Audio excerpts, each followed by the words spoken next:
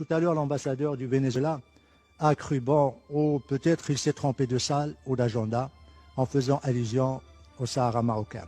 Je voudrais à cet égard juste lui dire que le Maroc a investi depuis 2 ans 7 milliards de dollars dans le Sahara marocain. Je voudrais également lui dire que le développement, le taux de développement, de progrès et d'investissement aussi bien national qu'étranger assure à cette région un développement durable, constant, avec l'inclusivité et la participation de toute la population. Ce qui n'est pas le cas pour le Venezuela, la dernière dictature de l'Amérique latine.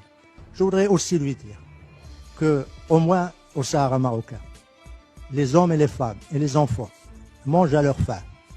Ils ne traversent pas les frontières pour aller acheter, faire des achats, et les enfants ne cherchent pas dans les poubelles pour manger. Je voudrais également dire que le Venezuela, qui est le pays le plus riche de la région, avec son pétrole et son gaz, il a un pays pauvre, tout simplement, parce que le régime dictatorial sur place a fait la captation des richesses nationales du pays aux dépens de la population. Ce qui se passe actuellement au Venezuela déshonore ce pays. Et nous sommes très heureux d'apprendre que finalement, aujourd'hui, le président Maduro a fini par demander l'assistance humanitaire des Nations Unies. Le pays, le plus grand pays d'exportateur du pétrole et de gaz demande l'assistance des Nations Unies. Ça, c'est vraiment la surprise.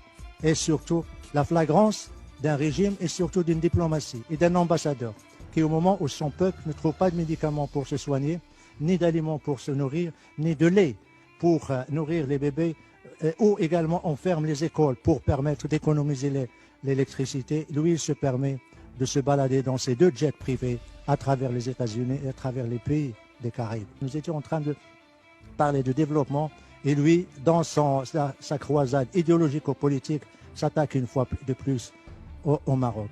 Qu'il ait un peu plus de décence, qu'il ait un peu plus de respect, ne serait-ce que pour son pays qui meurt de faim, qui meurt de torture, qui meurt de dictature et surtout de répression. Je vous remercie, Monsieur le Président.